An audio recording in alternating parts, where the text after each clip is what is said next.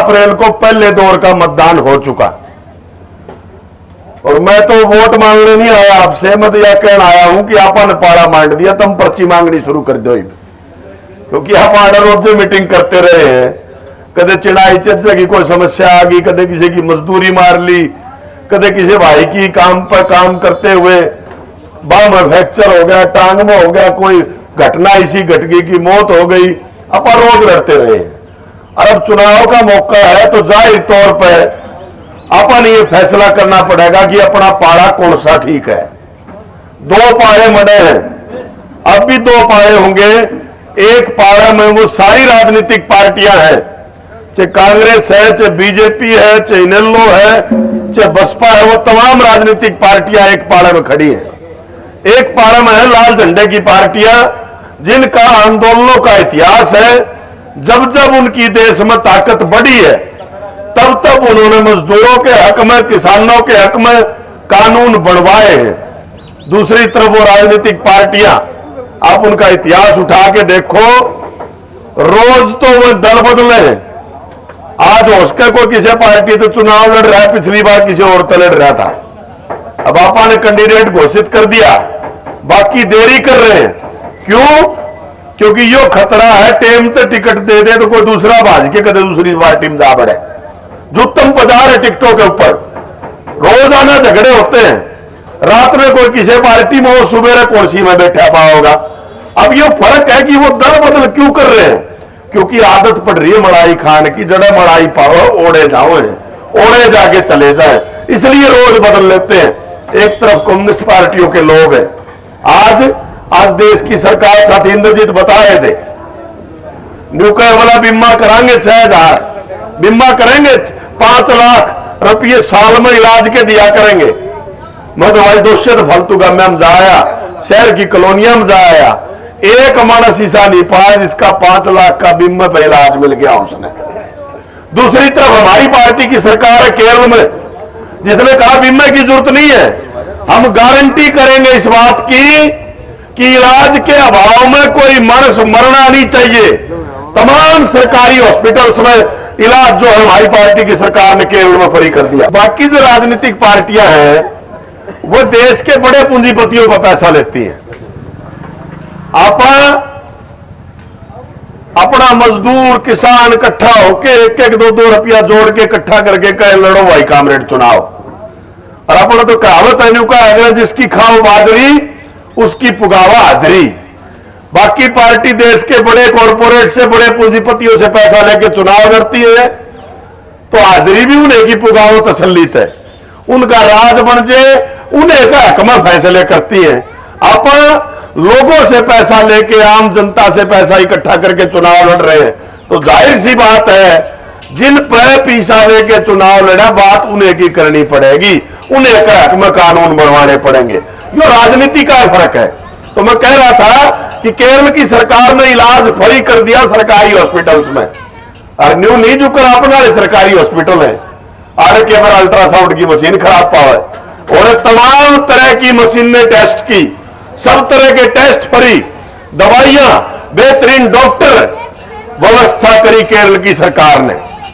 आज आप मांग कर रहे पूरे देश में कि 18,000 रुपये न्यूनतम वेतन, कम से कम दिहाड़ी महीने की 18,000 होनी चाहिए।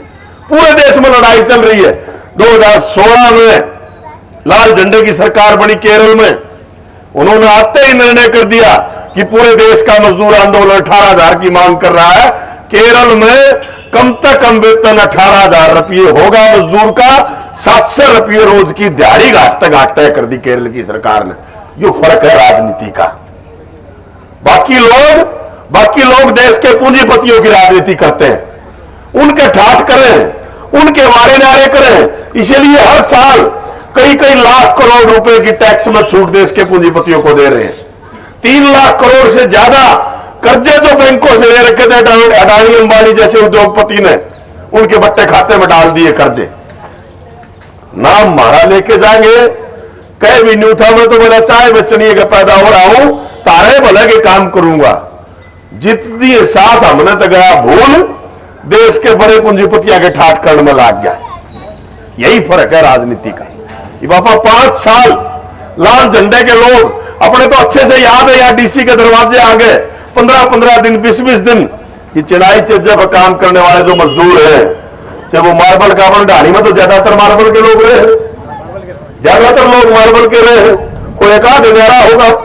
तो याद करो भाई, ये विनू जी बैठे, सौदागर जी बैठे हैं, करंट लग के मजदूर की मौत हो गई, कोई राजनीतिक पार्टी का मानस नहीं आया कि इसके परिवार को मुआवजा मिलना चाहिए। लाल झंडे के लोग आए, कानून भी नहीं था तब भी लड़के उसके परिवार को मुआवजा, एक बार नहीं अनेकों बार ऐसी घटनाएं हुई है जिनके परिवारों का पर लड़के मुआवजा दिलवाया है। और 1996 में जब लाल झंडे के एमपी ज्यादा थे कम्युनिस्ट पार्टियों के, देश की संसद में ज्यादा एमपी जीत के गए, तो सरकार लाल झंडे के सहारे चल रही थी। राज की बाह पकड़ के कहा कि जिन्होंने बिल्डिंगें बनाई है, जिन्होंने तालिकाएं खड़ी की है देश की, उनके पास खुद के लिए रहने की जगह नहीं है। काम करते हुए पेड़ पे से गिर जाए, मौत हो जाए, करंट लग जाए, कोई पूछने वाला नहीं है। ऐसा कानून बनाओ ताकि उनकी सुरक्षा की गारंटी हो। 1996 में कानून बना था जब देवगौड़ा की सरकार थी, उसको चला देश के कम्युनिस्ट रहे थे, जिसको हरियाणा में लागू करवाने के लिए आंदोलन चला 11 साल तक, 2007 में जाके लागू हुआ। आज किसी मिस्त्री की, मजदूर की करंट लग जाने से, किसी और घटना से अगर काम करते हुए मृत्यु हो जाए, 5 लाख रुपए राज की बाह पकड़ के ले लेते हैं। जो अपनी ताकत है, ये लाल झंडे की ताकत की बदौलत है, जिसके साथ आप तमाम साथी खड़े हैं। तो हमें ये ध्यान करना पड़ेगा। अब जब डीसी के दरवाजा आगे लड़ते हैं तो अपनी बात कहनी है, कोई संसद में नहीं होता, विधानसभा में नहीं होता, लड़ाइयां रोज अपनी। इसीलिए तो मुख्यमंत्री है जो हरियाणा का, पिछली साल बोला मैं लाल झंडे की बदमाशी नहीं चलने दूंगा। अब किसी ने पूछ लिया भाई बदमाशी क्यों करे, ये बता दो, इनका कोई एमएलए है तेरे धोरे बैठ के कूड़ी मारता हो? बोला ना। चुटकी बरता हो तेरे? बोला ना। एमपी है? बोला ना। फिर के मामला है? बोले और के ना तो इनेलो बोलती, ना कांग्रेस बोल दी, ना बसपा बोल दी, ये बोले इनका कोई एमएलए भी को नहीं। कदे किसाने उठा जाओगे, कदे चर्जियारा उठा जाओगे, कदे आशा, कदे मिड डे मील, कदे आंगनबाड़ी, रोज लाल झंडा ठाए मेरे वाला खड़दू करे रखे, बाकी मेरा कोई बोलता है नहीं। अपन कहीं भाई जी तू इसे ना बदमाशी का है तो तेरे तो 6 महीने मसा रहे होंगे, या पहले भी चाल थी, आगे भी नहीं वो चाल लगी, तो इसने रोक हो नहीं सकता। ये कहा पूरे हरियाणा के मजदूरों ने इकट्ठा होके, तो यह देखनी पड़ेगी ना भाई कि कौन लोग है जो अपने हक में लड़ते रहे हैं।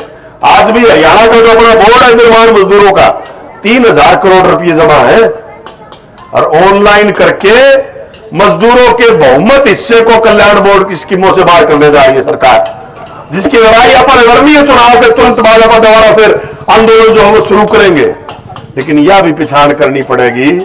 नुके दिया कर दे, बोला बे माता लिखा है लेख, ऊपर एक रजिस्टर धरा है, उसमें लिख दे है तने कद मरना है के काम करना है।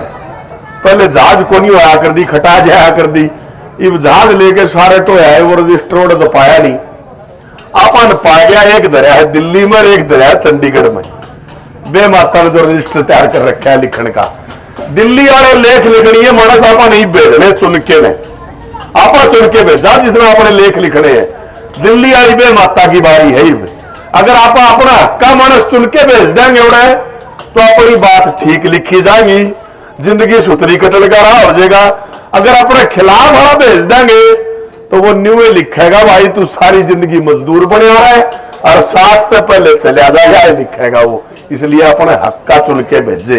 अपन देख लिए बदल के 70-72 साल की आजादी में आए, 5 साल बाद राज बदला आप, और के कहेंगे मेरे हाथ मजबूत कर दो, बोला मैं तारी ठाठ कर दूंगा।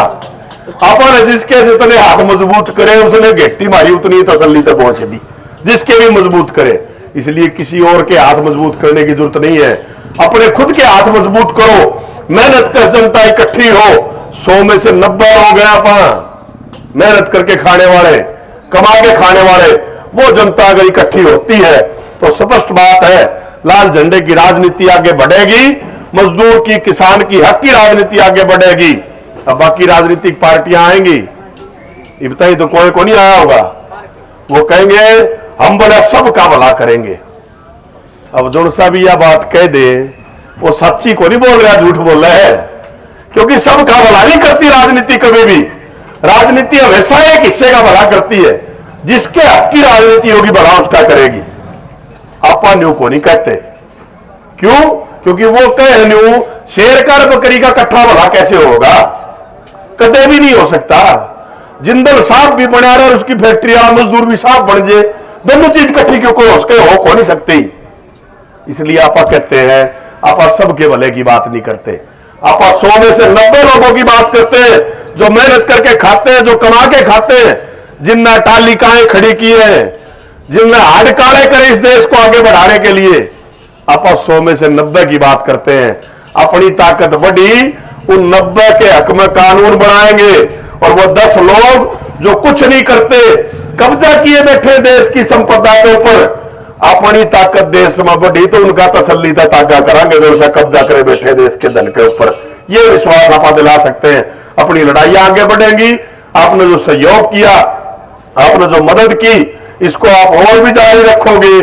सबको घर घर जाके अपना निशान बताओगे। दराती हथौड़े और सितारे का अपना निशान है। अपना ना निशान बदले, ना झंडा बदले, ना आपा बदला।